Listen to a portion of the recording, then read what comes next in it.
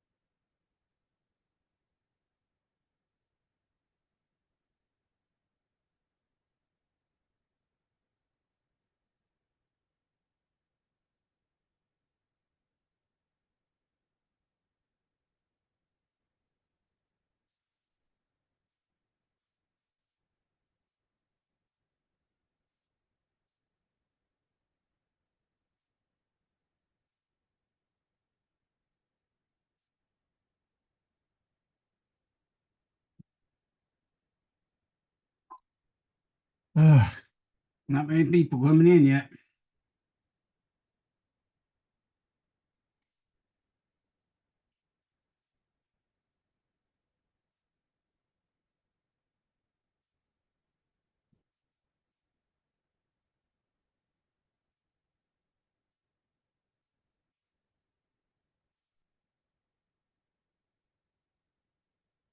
All right, we've got a couple minutes. I'm going to try to put my dogs away, or else they're going to raise heck when my wife gets home. So let me try to get some peace. I'll be right back. Come on, puppies. Come on, puppies. Y'all come to me. Come on.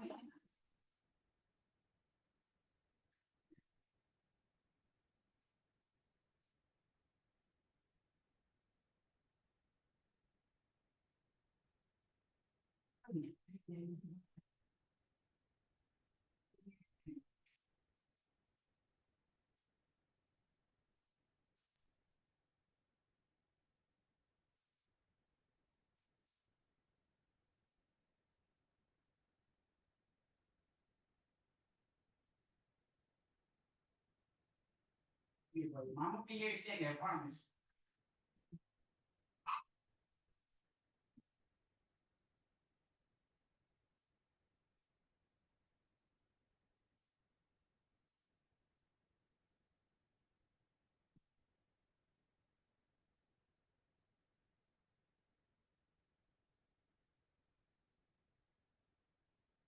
Have returned.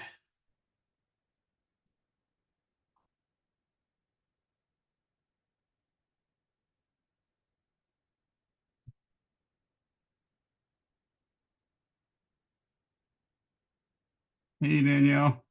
Feel free to ask questions if you have any. We only got about 2 minutes left before class starts, that is.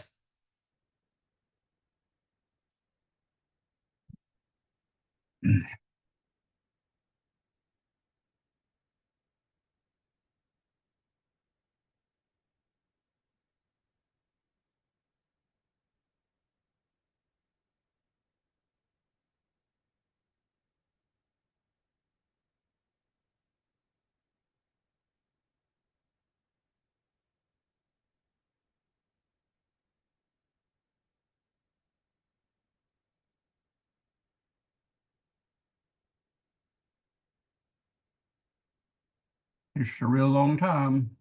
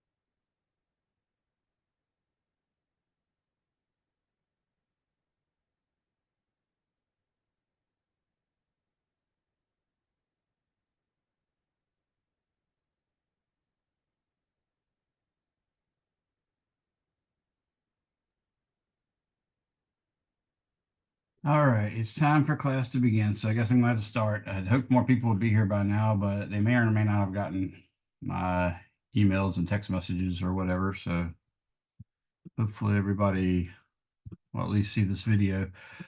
We are going into chapter 19 now. We've basically finished chapter 18. Of course, I picked and choose certain parts, and I told you that you had pretty minimal requirements of understanding within like the Clausius statement of not the Clausius statement, but the Clausius equation of state, as well as Van de I was saying Van de Graaff. I don't even know why I said that. Uh, basically, the thing I can't remember the name now. I'm looking it up. Hold on, everybody. Vanderwalls. All I could think was Vander, but I couldn't get up the walls part. So yeah, for instance, I did tell you we could skip mean free path and diffusion. So I don't mind again you doing mean free path homework problems or reading the chapter. The same thing with diffusion. But I'm not going to test you on that. Van der Waals equation of state, as well as the Clausius equation of state, and they got like three versions in that section. Simple plug and chug, solving for any one of the variables in those versions of the basically equation of state. Remember, the ideal gas law is an equation of state. PV equals nRT, or PV equals capital N times Boltzmann constant times T. Those are equations of state, but they're called the ideal gas law. Then there's a more advanced version that, for instance, I've learned when I was into scuba diving, I learned that we sometimes have to use van der Waals equation to mix like different mixtures of breathing gases, because some of the things we do nowadays, we're getting more advanced, so we don't necessarily breathe on full air. For instance, if we're not going too terribly deep, we can reduce the amount of nitrogen in the actual air and put more oxygen in, so that we don't get sort of drunk feeling that you have when you're at depth. So in doing that and mixing those gases, sometimes we need to refer to van der Waals equation because the ideal gas law is just not that precise or not precise enough for such issues. So, solving for those variables in Van de Graaff or in the van der Waals equation or in the ideal gas law or the Clausius equation of state, those are perfectly fair. Doing a simple calculation with partial pressure and humidity, uh, that's certainly reasonable. And then, of course, the things like vapor pressure and evaporation and boiling and change of phase, all those things are concepts you need to know, and they're more about reading.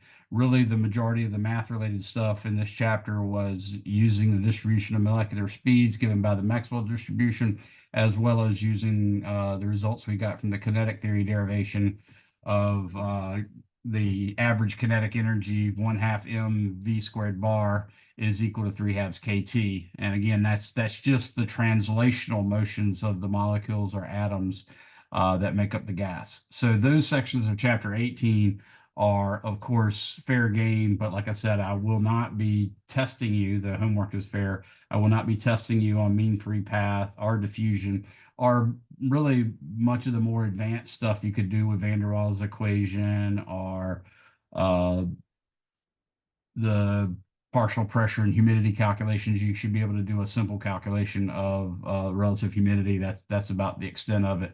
So anybody have any questions on that before we move along?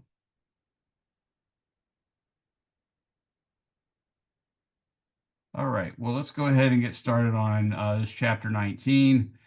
Chapter 19 is called Heat and the First Law of Thermodynamics, and it actually opens up with a really nice question. Actually, all the chapters open up with nice questions. They're called chapter opening questions, and you should guess them immediately. So this one I liked enough where I want you to actually hear it and think about it yourself. So a 5 kilogram cube of warm iron, about 60 degrees Celsius, is put in thermal contact with a 10 kilogram cube of cold iron at 15 degrees Celsius. Which statement is valid? So I'll read that again. A 5 kilogram cube of warm iron at 60 degrees Celsius is put in thermal contact with a 10 kilogram cube of cold iron, 15 degrees Celsius. Which statement is valid? A, heat flows spontaneously from the warm cube to the cold cube until both cubes have the same heat content. B, heat flows spontaneously from the warm cube to the cold cube until both cubes have the same temperature. C, heat can flow spontaneously from the warm cube to the cold cube, but can also flow spontaneously from the cold cube to the warm cube. Or D, heat flows from the larger cube to the smaller one because the larger one has more internal energy. Okay, so that's a really good question, and it's not exactly that important whether you get it right or wrong initially. It's more important that you think about it. You use what you've learned so far about the atomic theory of matter and what relates temperature to the kinetic theory results we got. For instance, the kinetic energy being proportional, essentially proportional to the temperature of the body. But really, the main thing is you taking a poke at what the answer is, and then you waiting and find out the answer and correcting yourself later. Do not be afraid of getting things wrong. I've been stressing that, especially after this Sunday when I saw Tell Me More with Kelly Corrigan, where she interviewed a young lady by the last name of Rao, who's been pretty famous since she was like 10 years old. When she heard about the Flint, Michigan water problem, she tried to actually do something to help people in Michigan with the water. So even at the age of 10 years old, she started working and trying to find research on how to get rid of lead. She looked at parasites, dumping parasites into the water, dumping uh, bacteria in the water, all those sort of things. And then by the age of 11, she did actually come up with a quick, inexpensive test for lead in water. She went on to do things like now she's made a test for testing whether you're currently addicted to a prescription opioid. Like literally, it's just a blood test, they can tell. But that's some of the stuff she's done. But she mentioned specifically that she had to train herself to be okay with making wild, completely wrong guesses. because you learn a lot from doing that. So I want to stress that. And I've actually noticed that's a big problem in general. I've had programs where I've had teachers come to our school during the summer, local high school, middle school, elementary school teachers, and we were trying to assist them in better understanding science and how science works. And it was very common to see that the teachers, which probably I would have been the same way 10 years ago as well, but the teachers also had a difficulty in admitting a false hypothesis. Like if you make a hypothesis, they felt sort of embarrassed, like they should have known better, and it's really not really the case at all. So, anyways, I just want you guys to keep that in mind. Don't be afraid of making a false or a claim that turns out to be false. Just go with the data, see what it gets you, and do that when you're asking questions. It's okay. I mean, if there's an instructor in this world that's going to think bad of you because you made a bad answer to a question, then that's on them. So, anyways, at least as far as I'm concerned, I would never hold anything like that against a student, no matter if it's a question they should have known from the first day of a 2-semester class and it's the day before the final exam. If they didn't get that, that's just another opportunity for me to get it to them again. So try to keep that in mind. I did see that Giovanna and Evelyn have chatted me their first and last name. Y'all can go ahead and do that. That'd be great for our roll. And now I'm going to start off with discussing chapter 19 and specifically heat as an energy transfer. So we're getting into what we call thermodynamics, and it's a powerful topic. It does a lot of things, but then when we add statistical analysis to it with really robust statistical analysis, we can get things like the Boltzmann distribution and all sorts of cool stuff. But the main thing is thermodynamics is something that virtually all sciences need to some extent. And a large part of that is learning just a bunch of vocabulary. So, for instance, we talk about heat and we talk about temperature, and there's not a lot of people that aren't, that at least haven't had college courses. There's a lot of people that haven't had college courses in sciences, and they often don't necessarily know the difference between temperature and heat. And some that never had college courses that do know the difference between temperature and heat. The main thing is it's a good thing to know, and it's something you need to know. Originally, a lot of scientists thought that heat was an actual fluid, and they called it the caloric, and they imagined this fluid flowing from one thing to another.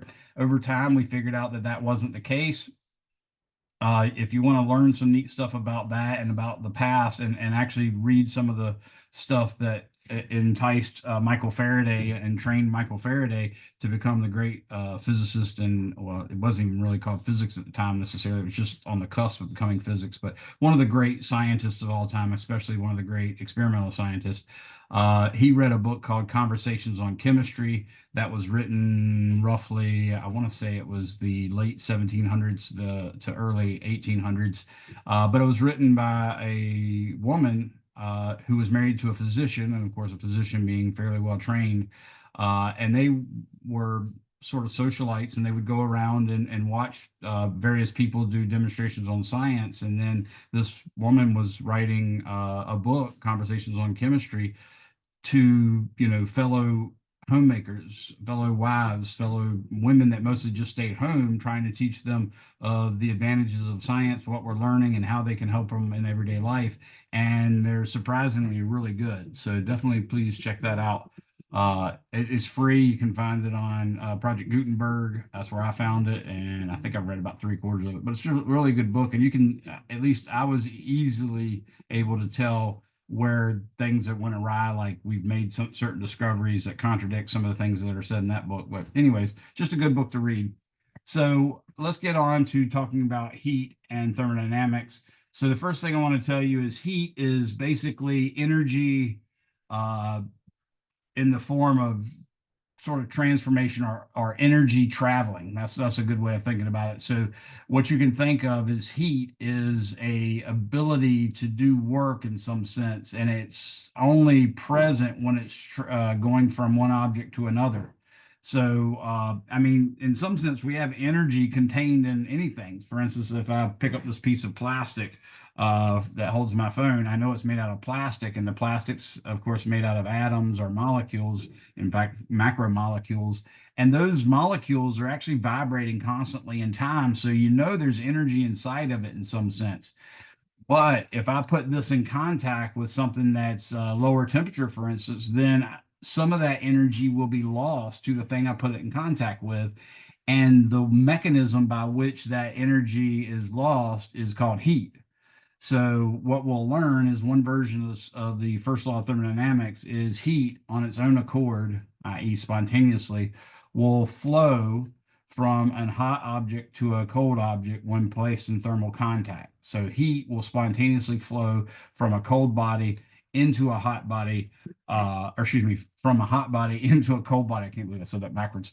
From a hot body into a cold body basically until the temperatures reach the same. But in general, you don't care about the end point. All you really care to know with regards to the first law of thermodynamics, or excuse me, the second law of thermodynamics, is that heat flows spontaneously from a warm body to a cold body. The first law of thermodynamics, which I think I said first a second ago, I was meaning the second, but the first law of thermodynamics is really just another statement of conservation of energy. What we see is there's a certain thing we call internal energy, and some books use U for that, some books use E for that, and that sort of thing. But that's the total energy inside of an object. So, for instance, with this thing, it would be all the random kinetic energies of the molecules, and of course, the atoms that are making up the molecules, all that stuff.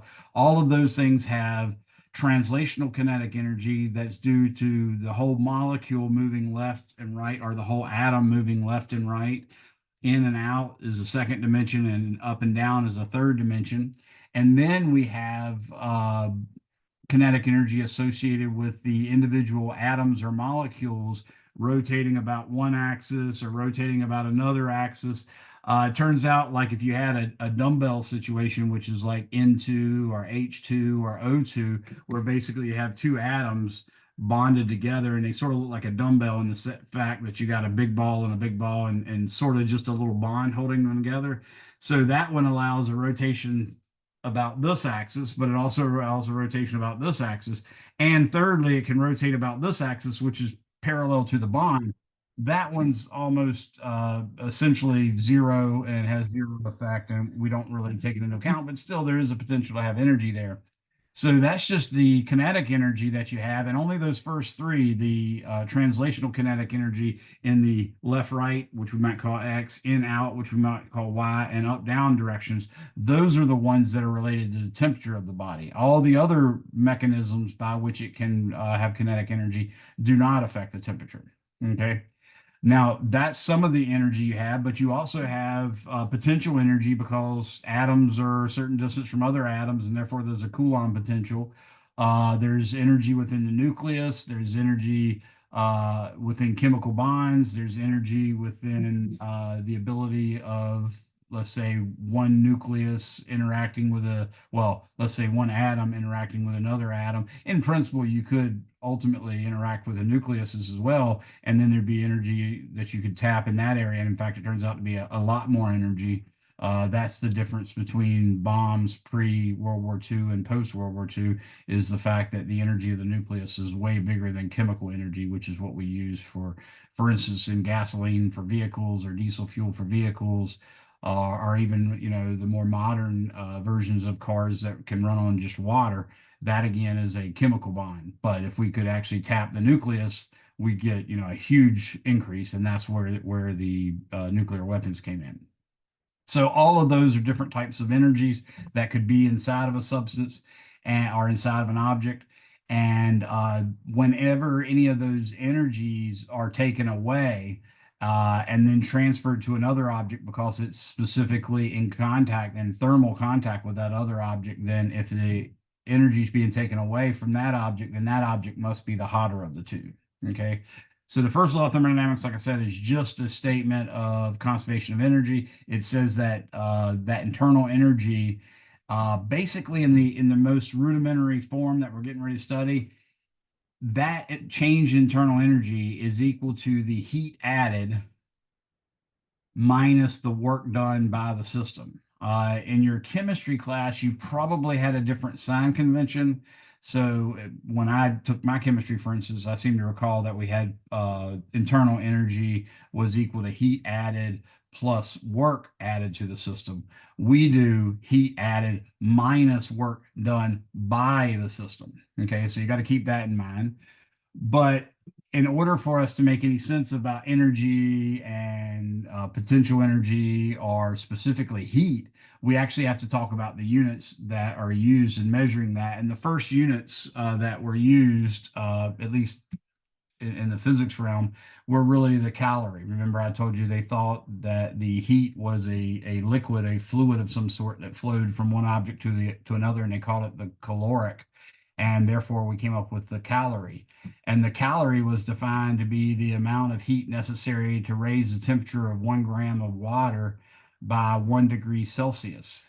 Specifically, it was defined to be the amount of heat required to raise 1 gram of water from 14.5 degrees Celsius to 15.5 degrees Celsius.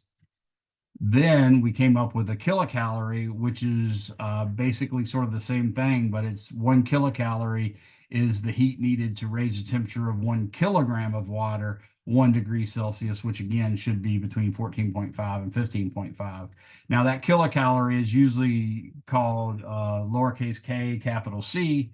That's the abbreviation for it, but, or actually lowercase k, lowercase c, but we often use the capital C for it as well. So the capital C is what you see on the back of a Twinkie or on the menu at a restaurant or something like that. Those dietary calories that we talk about are actually kilocalories. So that makes it even harder for us to think about losing weight if we're eating something that's really high in calories. So we'll do a calculation for that later. Some other units of energy.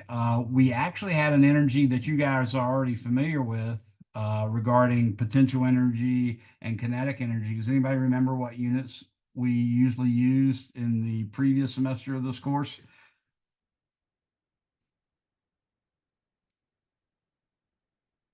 It was named after a beer manufacturer for those of you who had me last semester.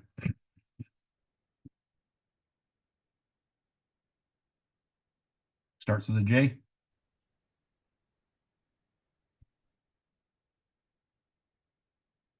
Okay.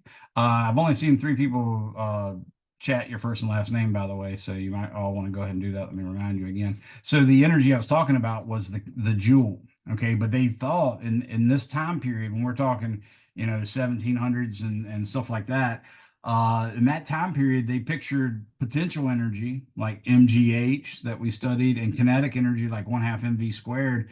They envisioned that as an entirely separate quantity than heat. So they used entirely different units because they seemed like, apples and oranges. What later happened was a guy by the name of James Prescott Joule, which, if you go to Great Britain, I hear there's still a beer called Jowls there. That's from his family, and his family made quite a bit of money in doing mechanical things, but they also brewed beer, and they were often contracted to do work on making cannons and doing machine work and stuff like that because they were studying thermodynamics of steam engines and all sorts of stuff like that as well. I think steam engines were around by then, before they died. But that was the kind of studies they did. And they did a very simple experiment where they tried to relate heat to actual energy that we know of as mechanical energy. And in so doing, they discovered what we've always treated, especially if you've had chemistry or physics before, you've probably treated as a conversion factor. 4.186 joules is equal to 1 calorie, or 4.186 joules, kilojoules is equal to 1 kilocalorie. That is a conversion factor, but that is a monumental, major big deal. That is James Prescott Joule saying, hey, this thing that we thought of as mechanical energy, which we measured in joules, is evidently the exact same thing as chemical energy or energy of atoms and stuff like that that we think of in chemistry and measuring calories. And what he did was basically set up a little experiment to measure it. So I'm going to start off with talking about that. So I've got my iPad opened. I'm going to click on share, and I'm going to share my iPad screen so I can show you the Joule experiment.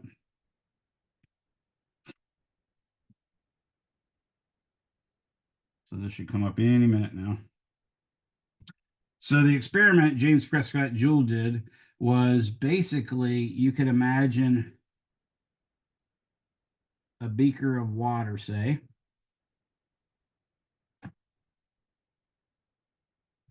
and in that beaker of water, obviously there's water.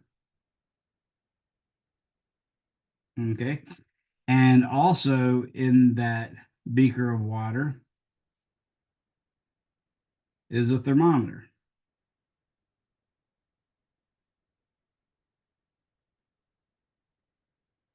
And of course, the thermometer would be held in place. And we could read the thermometer so we could find the temperature.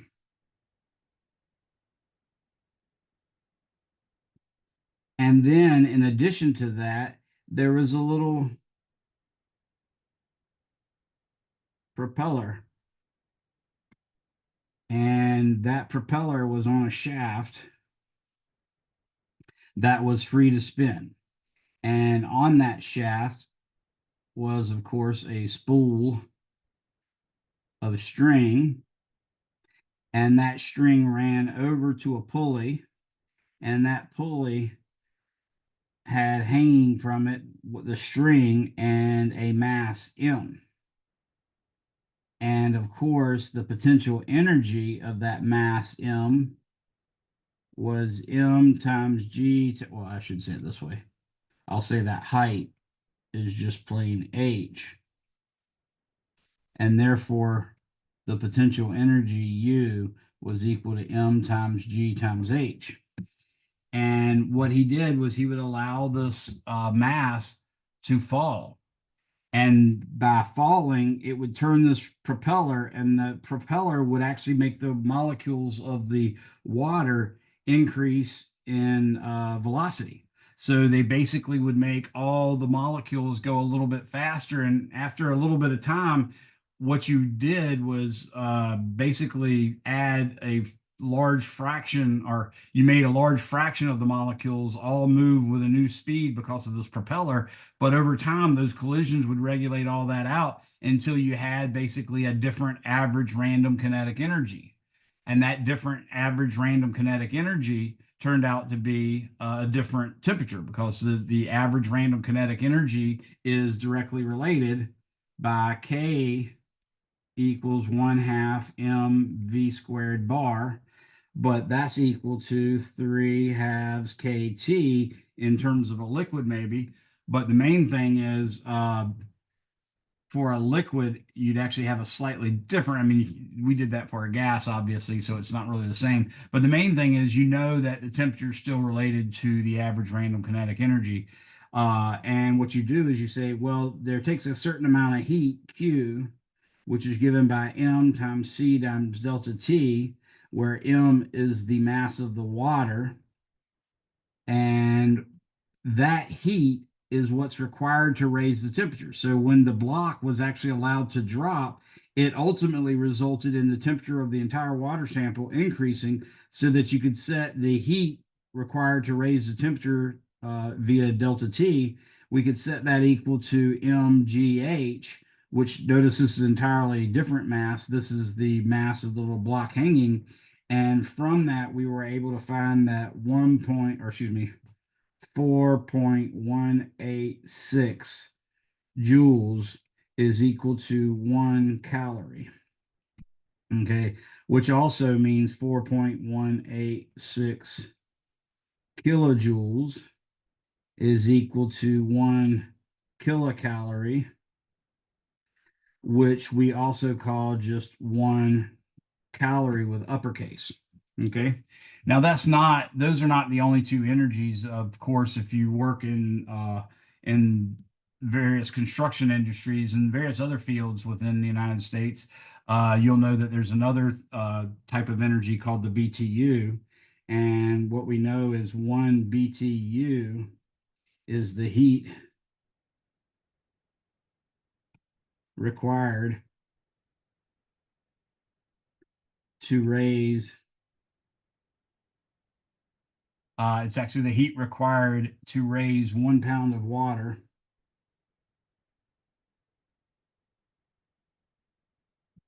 by one Fahrenheit degree. So that's what a BTU is. And you can ultimately show that 1 BTU, and that's BTU for British thermal unit, is equal to 0.252 kilocalories, which is also equal to 0.252 capital calories, and that's equal to 1,056 joules. Okay. There's also another one that's used in America, and that's 1 therm is equal to 100,000. Excuse me. Is equal to 100,000 BTU. Now, technically, it's supposed to be B capital lowercase tu, but you know me, I write in all caps a lot of times, so that looks a little confusing, but I'll underline this just to remind you that's the proper way. And of course, that's also equal to just 10 to the 5th BTU. Okay, so those are some energies that we're used to. So in order for us to study this, we have to, of course, know about this energy situation. Oh, actually, I misstated. I don't know why I was thinking. I thought Joule was around from the beginning or the ending of the 1700s to sometime in the 1800s, but it turns out I've just looked at your book. It's 1818 when he was born, so he's actually quite a bit later. I do suspect, therefore, that he definitely was working on steam engines. So because I think they were definitely in vogue by 1889 at least. Yeah, I know that for a fact. Yes. Okay. So anyways, that's some of the energy stuff we're going to deal with. You'll see as the semester progresses, and specifically in this chapter, there's going to be a lot of bold-faced terms in your text. You're always assumed to know those bold-faced terms and know those definitions. So even if I don't take time to read them all to you, you want to make sure you take the time to read the book and record all those bold-faced things.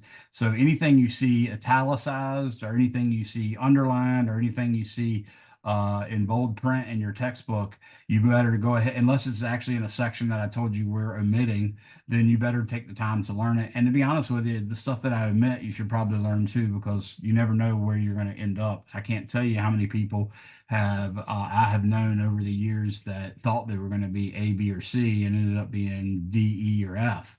Many of my friends were going to be physicists. Many of my friends were going to be engineers. Many of my friends were going to be biologists and statisticians or professional baseball players, and very few of them did exactly what they were planning to do. I started off wanting to be an engineer myself. So because of that, you're never going to know what knowing extra stuff might actually come in handy. Sometimes you can be the person that becomes a millionaire because you opened a business in a niche market or a niche market where you can, make profits because no one else is willing to do that work. And that's largely from something you learned that maybe someone else didn't. Okay. This expression in this experiment is called the mechanical equivalent of heat. And that's why it's so much bigger deal than just a conversion factor. It's the mechanical equivalent of heat. So now we can think that, hey, if I shoot a gun and I shoot a bullet into a tree, I know if the tree is thick enough, the bullet's going to come completely to a stop. And you might ask, well, what actually happened to the energy, the mechanical energy that that bullet had? Because clearly, as soon as it left the barrel, it had a buttload of kinetic energy. And then all of a sudden, it has zero kinetic energy because it comes to a stop in the tree.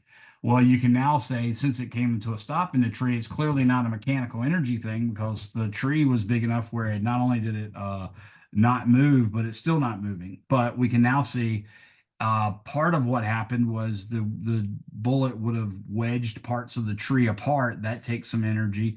But you'd also find that the actual temperature of the tree, at least locally around that bullet, would increase as well. So that's a case where mechanical energy has been converted, at least to some extent, to thermal energy, okay, or heat as we call it.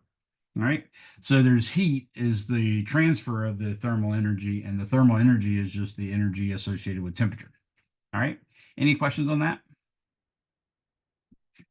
All right. Well, let's look at a simple example. So, uh, how much uh, climbing must you do to work off the approximately 500 calories in a Big Mac? Okay. Assume the human body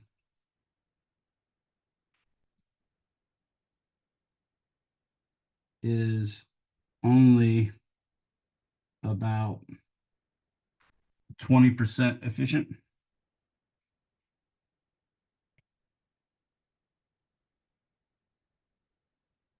So what we're thinking here is we actually want M times G times H. That's us climbing a mountain, say. Okay, that's the energy we get from climbing from a height of 0 to a height of H. And we're going to set that equal to 500. Notice I put an extra decimal there so you know that I'm talking about at least 3 sig figs. So I'm setting that equal to 500 calories, which, if I use the mechanical equivalent heat, which again is more than just a conversion factor, I can say that 4.186 kilocalories. Notice I had a capital letter on the calorie, so it's really a kilocalorie, is equal to 1 kilojoule.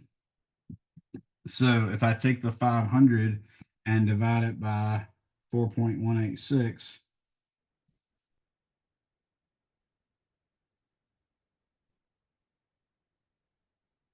then I get 119.4 kilojoules. Okay. So I really need to know what height I have to climb. So I'm going to go on the assumption that this is an average person, and people that are average, unlike me, who's a little bit heavier than average, I'm closer to the 110 kilogram category.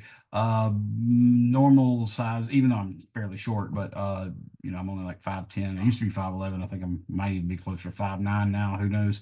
But the main thing is, normal people are probably a little better represented by saying they're 70 kilograms or 80 kilograms or something like that. I'm going to go with 70 kilograms. So assume average person's mass is 70.0 kilograms. So now I'm going to say H is equal to 119.4 times 10 to the third joules.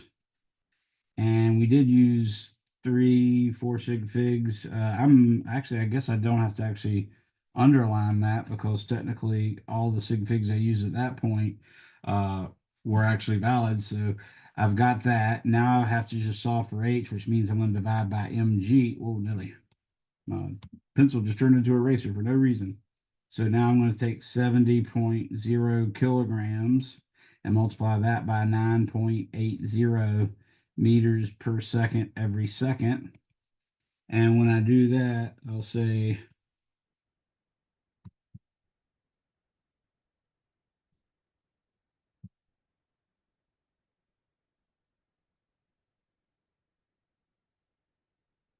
I'm using parentheses, so I took the 1.19 times 10 to the third. I used the 4 as well. And I'm saying that's divided by 70 times 9.8, close parentheses. And we got 3 sig figs now, so that's 174.1 meters is the actual height. Now that's not particularly it's not particularly high. Let me double check something. I wanted to just check my math. I did 500 calories. That is about 10 to the fifth. Yeah, that looks okay. And yeah, so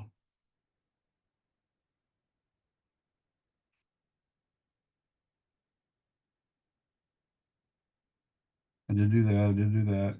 Yeah, that all looks good. I was just checking because it seems like I got a figure much smaller than what the book did. The book did a very similar problem, only they used looks like they used 60 kilograms as a person's mass. If I would have took this figure, 119.4 times 10 to the third, and I divided that by parentheses 60 times 9.8, close parentheses, that gives me,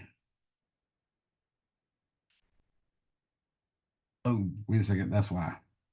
Did anybody catch my boo-boo? I made Yes, I was about to ask about it. Did you see that I put the 4.186 in the wrong place? Yes. Yeah, feel free to tell me that anytime. That's just a bonehead mistake by me. But that's okay. We can fix it real quick. I shouldn't be making them, but still, that's what happens. But luckily, I was looking at the side, and luckily, I did this calculation earlier, and the numbers weren't working out, so I sort of saved myself a little bit. So what really should have happened was when I used the mechanical equivalent of heat, what I found was that 4.186 joules was 1 calorie. So I should have said 4.186. Uh, and since I have a calorie here, I'm going to say kilojoule is equal to 1 kilocalorie, which I'm calling capital CAL. That's okay to call it that. I can also say kcal. Either one of those is acceptable. Now, when I do that, it looks a little better. So 500 times 4.186 is equal to 2,000. Whoa, I hope I change back to my blue. Is equal to 2,093 kilojoules, like that. Now I'm going to go where I did before, and I'm going to say 2.093 times 10. Notice it's 10 to the third for just the kilojoules, and then it's another 10 to the third to make it into joules. So that becomes 10 to the sixth joules divided by 70.0 kilograms times 9.80 meters per second per second. So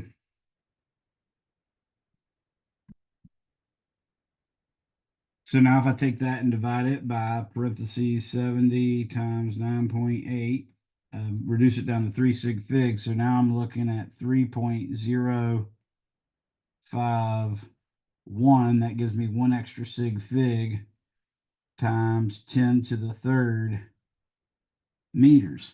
So that's essentially 3,100 feet, or excuse me, 3,100 meters. 3,100 feet is well over 9,000, is probably closer to 10,000 feet. So that's quite a bit, but we haven't taken into account the efficiency yet. Now, your body is only going to be able to convert about 20% of the calories you take in to actual work. So you only get about 20% of, well, that just means you're basically your body's about 20% efficient. So what we can do is we realize, okay, I actually need to burn that many calories, but I'm only going to get to burn 20% of those in a attempt to get the actual height. So if I just take the 2093, I could actually multiply that by 0.3, I mean by 0.2, and then divide and I get it. Or I could just say, well, let's take the total amount of distance we actually were said to have had to climb, which is about 3,100 meters, and instead multiply that by 0.2, and that'll roughly give us the same result either way. So what we're saying is efficiency. We normally count that as what you get divided by what you pay for.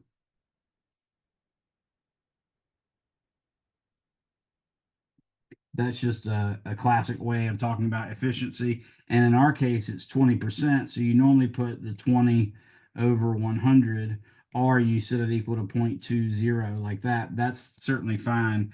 What we actually want to get is we want an output of 2.1 times 10 to the 6 joules, but we also want to know how much we're going to pay for that. So that's kind of a way of looking at it if you want. So we can say, for instance, that let's look at it this way. I'm trying to make this, well, I'm hemming and hawing a little bit because I want to explain this as clearly as possible. But you can imagine sort of this. Let's imagine this is all of your energy reserves.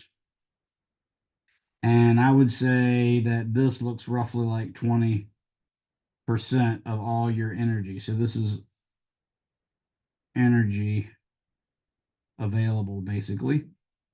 Okay. And you take in this much energy, but only this much can go into work. So you can look at it that way. And then you can say this is basically wasted on living. So I say wasted, but then I try to say on living to make you understand that it's really not wasted. This is obviously something critical for you to be able to do.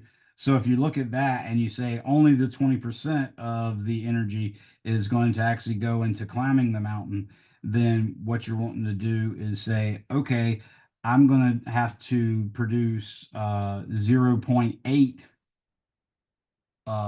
of the energy totally. Well, no, that's not a good way either. I don't like that. Oh well. Let's look at it this way. Let's say this is going to, so let's say this is going to a certain height. And this other part, no, I don't want to do that either. Oh well, I'll just go back. I was looking for a better explanation, and I'm not doing a good job. I'm actually just making it quite a bit worse for probably y'all. So, so what we'll just do is we'll say, okay, well, the height that we calculated as 100% efficient,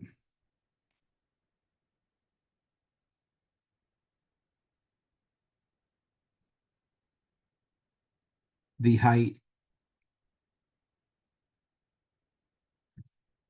needs to be 3,000, 3.051 times 10 to the third meters, but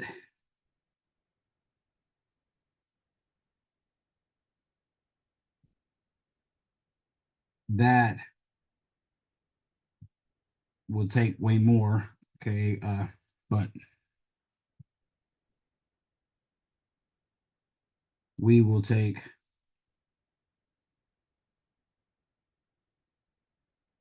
much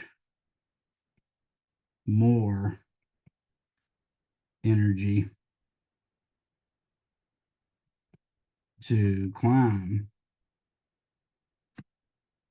than represented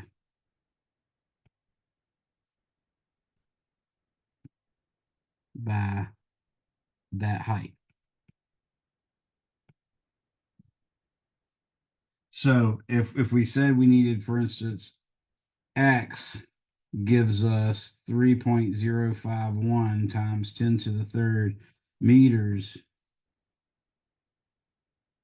then 0.2x is only going to give us 0.20 times 3.051 times 10 to the third meters, which equals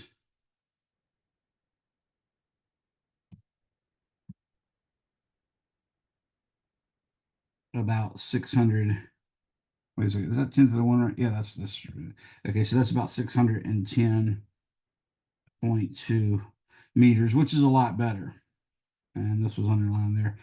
So sorry about all that hemming and hawing. I was looking for a really nice, neat way, but I haven't taught math in so long that I sort of forgot. I was trying to use one of my neat little tricks from efficiency and percentages and stuff like that to use, but I just wasn't grasping an easy way to do it. But you can see that it would actually take a whole amount of energy to climb all the way up there, but you only get to use 0.2 or 20% of it. So that gets you about 610 meters. So in practice, you'd actually have to climb about 610 meters, which you can probably guess is on the order of 2,000 feet,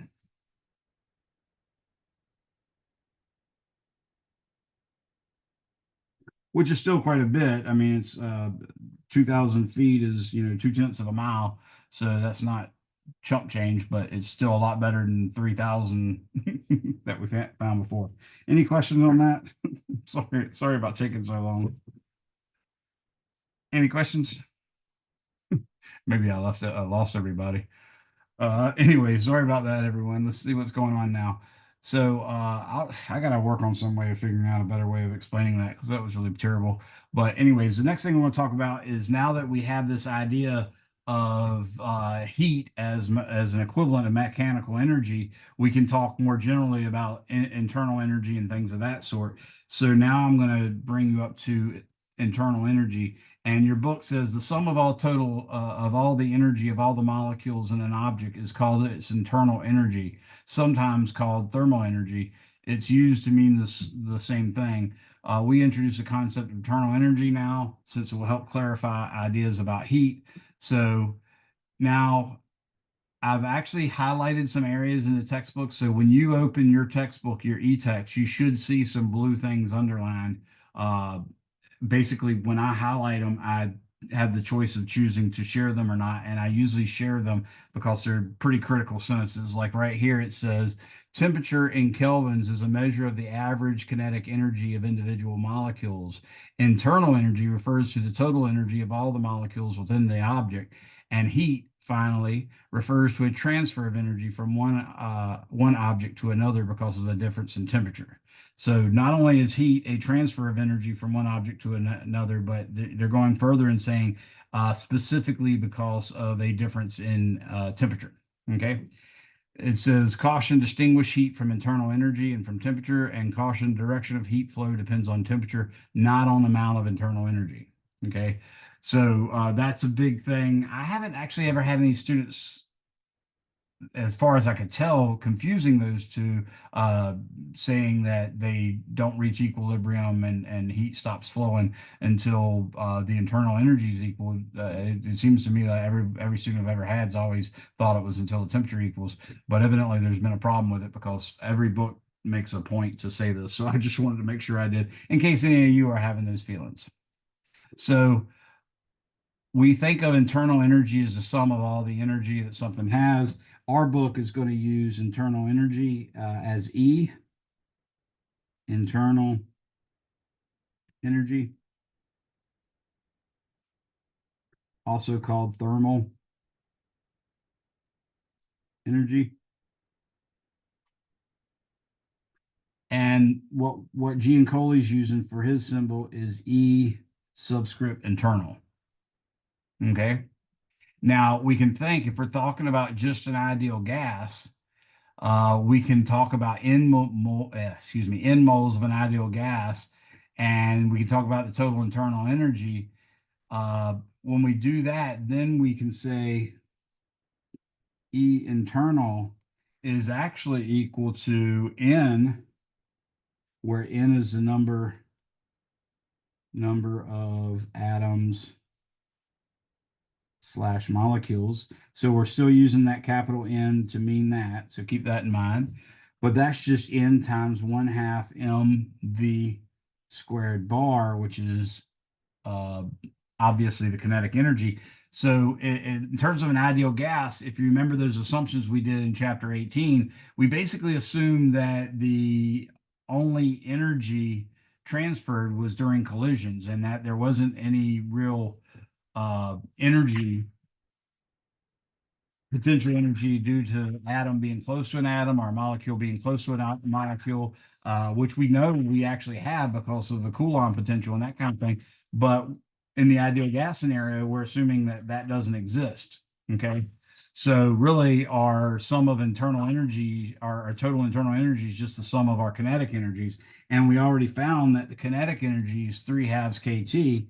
So we can now make this equal to N times 3/2 kT, like that. So the internal energy for an ideal gas is 3/2 N kT.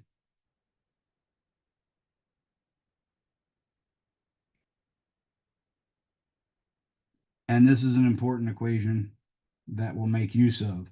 Of course, as I said before, this is an important concept. This is an important concept as well.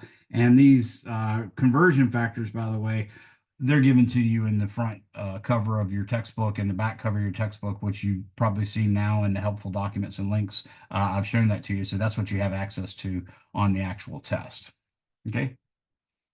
Now we can also make this a little different because remember what we discovered was K is actually what I call the Boltzmann constant, which is 1.3807 times 10 to the negative 23rd joules per Kelvin. But we know it's also equal to R over Avogadro's number. And of course, R is 8.314 joules per mole Kelvin. And Avogadro's number is 6.022 times 10 to the 23rd reciprocal moles. Okay, so we can actually replace the K with Avogadro's number times R. So, excuse me, we can replace the K with R divided by Avogadro's number. So when we do that, we get E internal is equal to 3/2 N. Now I'll say that's R over Avogadro's number times T. Now notice that's 3/2 N divided by NA. Can anybody tell me what N divided by NA would be?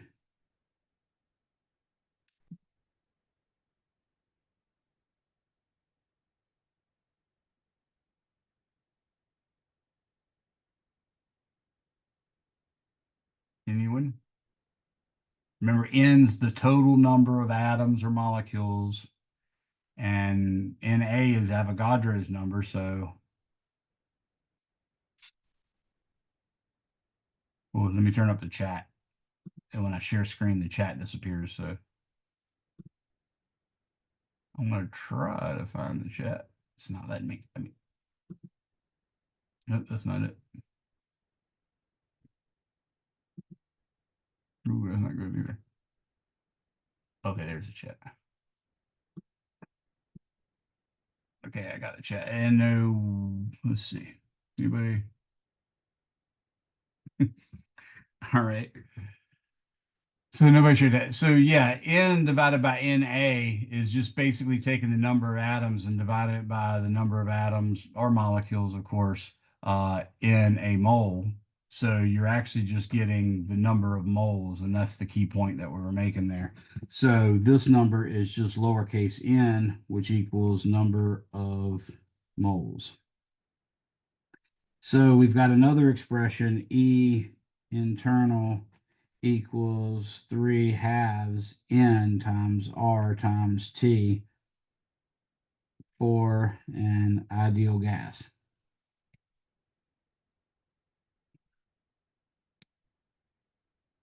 So that's another expression we can use, and that's kind of nice. And of course, what we're talking about here is basically just counting the energy of motion in the the translational motion. So we're only talking about atoms and molecules that are moving left, right, in, out, and up, down. We're actually not picturing the molecules spinning on an axis or anything crazy like that. Ultimately, we will take that into account. And if you look, you'll notice I've underlined and highlighted some more areas. So it says if the gas molecule contains more than one atom, then the rotational and vibrational kinetic energy of the molecules must also be taken into account. The internal energy will be greater by a given temperature for a monatomic gas, but it will still be a function of only temperature for an ideal gas. The internal energy of a real gas also depends mainly on temperature, but where real gases deviate from ideal gas behavior, their internal energy depends also somewhat on pressure and volume due to atomic potential. As you can imagine, if the volume gets too small and the pressure too high, you can see that that would be an extreme case where you're forcing the individual atoms or molecules to run into each other more prevalently, or at least to be way closer to each other. Because of that, you're starting to get into that area where they're actually going to have a potential energy associated with just being near each other. So it's obviously going to start to gum up the idealness of the gas. So the internal energy of liquids and solids is really complicated. Uh, and your book also mentions it includes electric potential energy associated with the forces or chemical bonds between atoms and molecules. So that's, a little bit deeper. There's an area in science where you can study that kind of thing, but we're not messing with that. We're mainly talking about gases.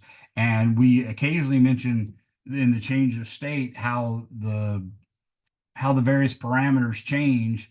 For instance, density of a gas is way, way, way, way, way, way lower than the density of a liquid. And then the density of a liquid is quite a bit smaller, usually, than the density of a solid, but not nearly as big a difference between those two as it is between a gas and a liquid. So anyways, anybody have any questions on that? All right. So the other thing we need to make sense of, I've already used before. If you noticed when I was doing the mechanical equivalent of heat, I used this little guy right here. That little guy is an equation that says basically when you apply heat to an object of mass m, okay, that heat can go into changing the temperature by an amount delta T, and that heat required is directly proportional to mass. That should make sense, right? It wouldn't it make more sense if you were trying to change the temperature of 1 gram of water by 1 Celsius degree, you know it takes 1 calorie. But if you instead had a whole kilogram, then you'd expect that's going to take you 1,000 calories. In fact, that's the definition of a kilocalorie. So you know that the heat that you must add is directly proportional to the mass. And that's what that shows. Q equals mass times something. We also think if we're changing the temperature from 14.5 to 15.5, that's a delta T of 1. If I wanted to change the temperature from 14.5 to 24.5, then that's a change of 10 Celsius degrees. So that's a lot bigger scenario. And as a first order approximation, we assume that it's directly proportional to the change in T. And then experiment shows us that we're exactly right. So now we see that the heat required to change the temperature by an amount delta T is proportional to the mass, and it's proportional to delta T. But then we also know that, hey, if I try to apply this heat to something, let's say like a iron skillet, it doesn't take much heat to actually crank up the temperature of the iron skillet.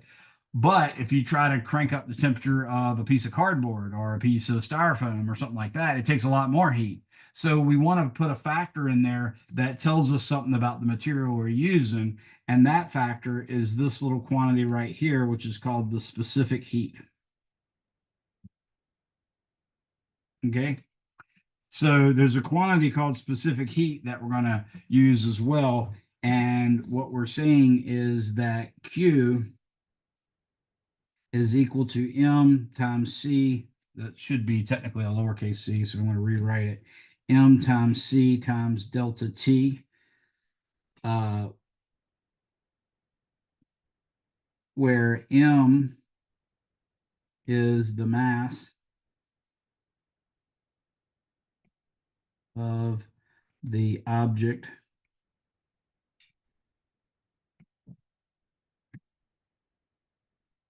whose temperature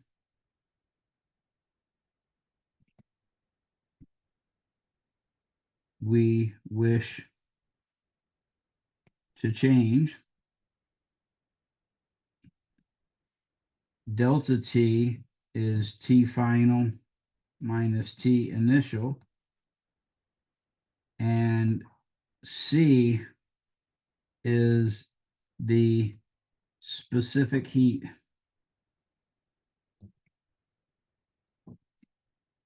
of the substance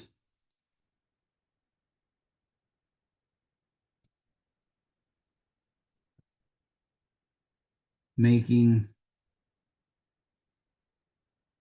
up M. For example,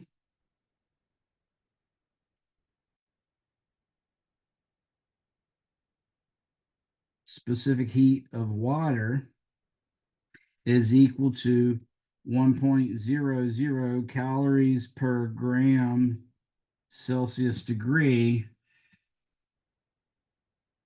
And of course, these all are talking about very specific temperatures. So I'll say, in this case, that is at, we just find it or just discovered it at, let's say 15 degrees Celsius.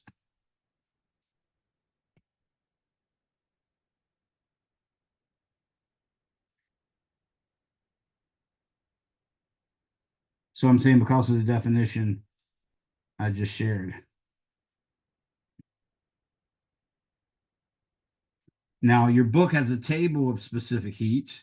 And for instance, that table of specific heat says this is at 1 atmosphere constant pressure and 20 degrees Celsius, unless otherwise stated. And it lists, for instance, water as liquid has 1 calorie per gram, and it says specifically at 15 degrees Celsius. So that one was exactly what I expected, but that's because it's dead center between 14.5 and 15.5. In practice, when you go to use this kind of equation, because there will be times, for instance, if you're just uh, working on the hardware side of a computer, for instance, you can have a measure of how much heat is put out by a particular chip, for instance, a CPU or the random access memory or any of that kind of stuff. That puts out a certain amount of heat. Now, you might not be able to a priori predict how much heat that would be, but you can actually run experiments and find out that, yeah, it puts out this much heat after this much time. And in order for everything to behave properly, you got to make sure that the other components in the computer are not affected by that heat. So, for instance, if the temperature inside the computer changes appreciably, resistances of wires are resistances of even the little pieces of wire-like things that you etch into the chips behave a little differently, and it's got to be accounted for. So we often put heat sinks in there, and the heat sinks are things that tell us, basically how much energy we can get rid of through these heat sinks. So you'll see, for instance, little metal panels that look like almost like fan blades sometimes.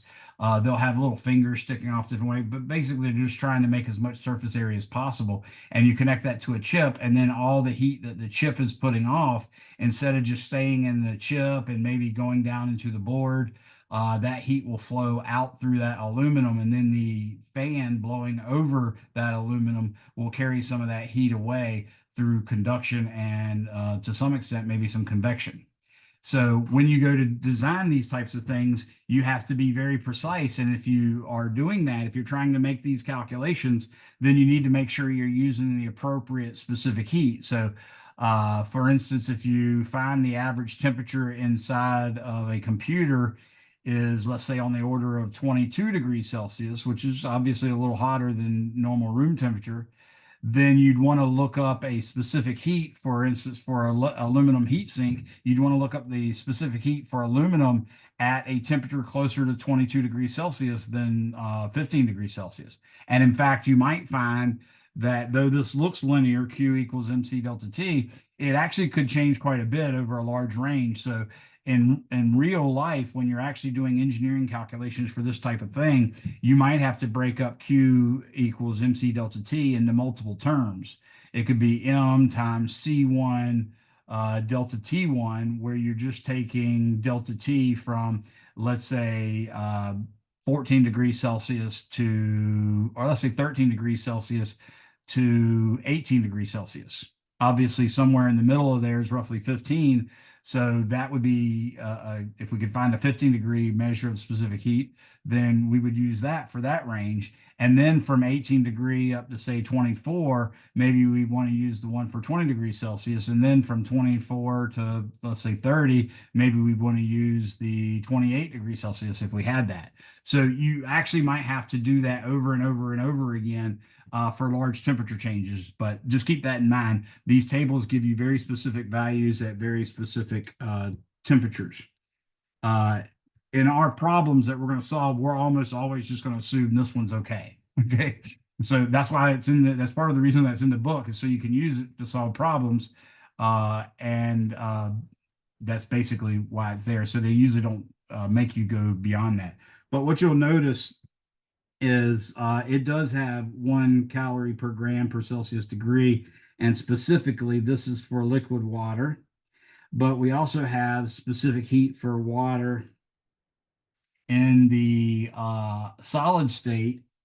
So this is the solid state. And we're going to say at negative 5 degrees Celsius. And that turns out to be,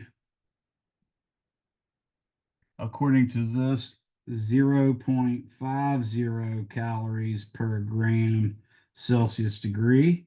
And then if you really want to go crazy, you can go in the steam state. So that would be gaseous. So I could say CH2O, and then I'll subscript gas. And then specifically, I'll recognize that that's at 110 degrees Celsius. Then that turns out to be 0.48 calories per gram Celsius degree. So here's some specific heats, and you can see how they're broken up. Whereas if you look, these also come in calories. So for instance, in calories, the water would be 4,186. 4,186. And of course, that's in joules per kilogram Celsius degree for that guy. And then if we wanted the one for the ice, that would be 2,100 joules per kilogram Celsius degree. And if we wanted it in for steam, that would be 2,010 joules per kilogram Celsius degree, and that would be that one. But we can also see stuff like specific heat of aluminum is equal to there it goes again, is equal to 0.22 calories per gram Celsius degree, but is also equal to 900 joules per kilogram Celsius degree. So you see for aluminum, notice how much smaller that is than liquid water. It's almost a factor of 5 times smaller. Copper is like 390. Ethyl alcohol is like 2,400. And now I'm talking joules per kilogram Celsius. But that's the main reason that we have a lot of issues. Like, for instance, most of Great Britain, or essentially all of Great Britain, is at the same latitude as Canada, but their weather is not like Canada. Canada has a lot more ice and snow and cold weather, whereas Great Britain has a fairly moderate climate, a little bit colder than ours, but fairly moderate. And that's because Great Britain's surrounded by water, and water has a very high specific heat. So there's always a delay between the heat of the summer heating up the land and heating up the water, because the water's constantly staying a little bit colder, and it keeps it regulated a lot more. You can even use that to understand which ways winds blow when you're on the beach during the day and the night. So that's all good physics and good stuff for you to understand. But that is how heat is transferred from one object to another to change its temperature. Okay. So let's work a simple problem just to see how this equation is used. So how much heat, let's say this, how much heat input is required to raise the temperature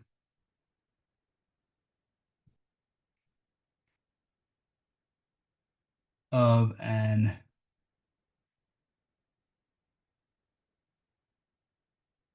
empty iron container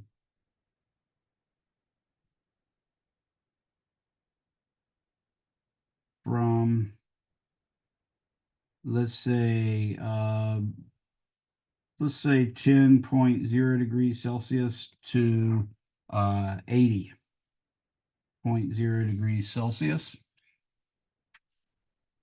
We'll call that part A. And then part B,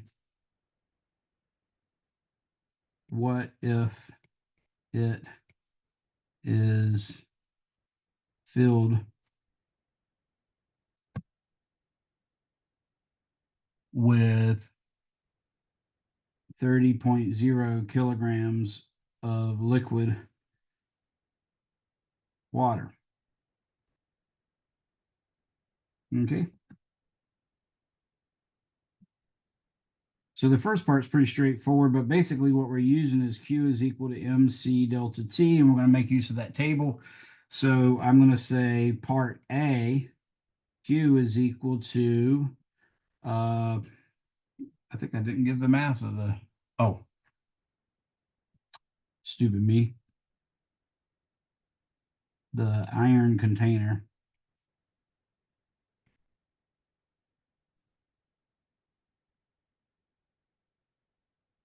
has a mass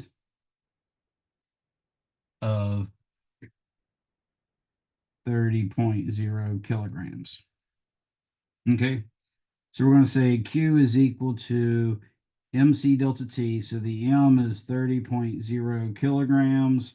I'm going to look up iron, and for iron, it says 450 joules per kilogram Celsius degree. Notice how I chose the joule one because I had the mass in kilograms. If I had the mass in grams, I probably would have used calories. Actually, I prefer using calories a lot just because calories are the numbers are ones that I had memorized from chemistry. But anyways, now the delta T is final, which is 80.0 degrees Celsius minus 10.0 degrees Celsius, which when we subtract those, they become Celsius degrees, which is why I write the degree after it. Well, actually, you might not know that. I don't think I've mentioned that to your class yet. So I take 30 times 450 times 80 minus 10 is 70. And that's 3 sig figs in all cases. I'm assuming the 450 is 3 sig figs. So that's 9.450 times 10 to the 5th joules. So that's how much energy it takes to increase the temperature of the 30 kilograms of iron.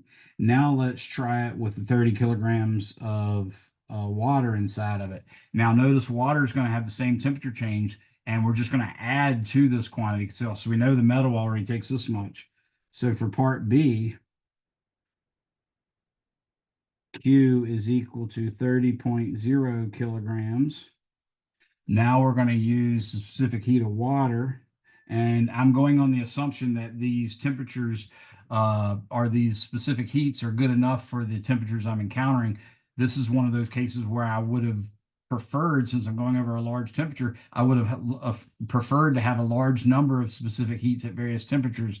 And I would break it up into temperature intervals, maybe from 10 to 20, and then 20 to 30, and then 30 to 40, and then 40 to 50, 50 to 60, 60 to 70, and 70 to 80. But we don't have access to that, so we're just going to go on the assumption that this gets fairly decent results.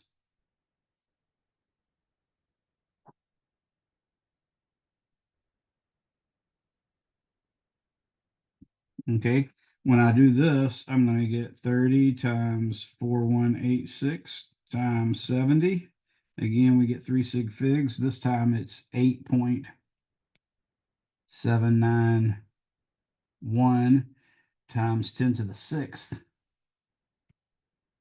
joules. So Q total would equal 9.450 times 10 to the 5th joules plus 8.791 times 10 to the 6th joules. And of course, if you're ever trying to add these numbers, if you're trying to add them without using your calculator, the easiest way is just to make sure you have the same power of 10 on both of them. So for instance, I'm going to multiply this times 10 to the 1 to make it 10 to the 6. But if I do that, I've changed the number. So I'm also going to divide this by 10 to the 1. And when I do that, what I get is 0.9450 times 10 to the 6 joules plus 8.791 times 10 to the 6 joules. So really, I'm just adding 8.791 plus 0.9450. You can see that that doesn't add at all. So I get a 0 there, I get a 6 here, I get a 13 here, I get a 17 here, and I get a 9 there. So this becomes 9.736 times 10 to the 6 joules. Any questions on that? All right. Well, believe it or not, that's about all the time we have. I want you to try to read this chapter ahead of time. Okay. I normally do all the derivations and all that stuff, and I really like doing those, but there's enough of that derivation stuff on my YouTube channel if you want to see it. So by all means, check that out. But I'm just going to start with us knowing those equations that they give us in this chapter, and I'm going to solve as many of the example type problems that I make up or the ones I can find in the book for the rest of it. Class is over. Make sure you've already sent me your first and last name in the chat if you haven't already. But you guys are free to go, and I have an office hour that starts now, so you're also welcome to stay. I'll wait till the last person leaves.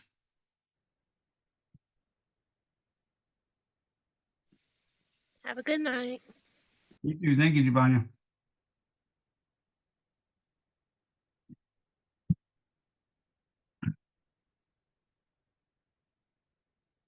Hey, Danielle, do you have any questions?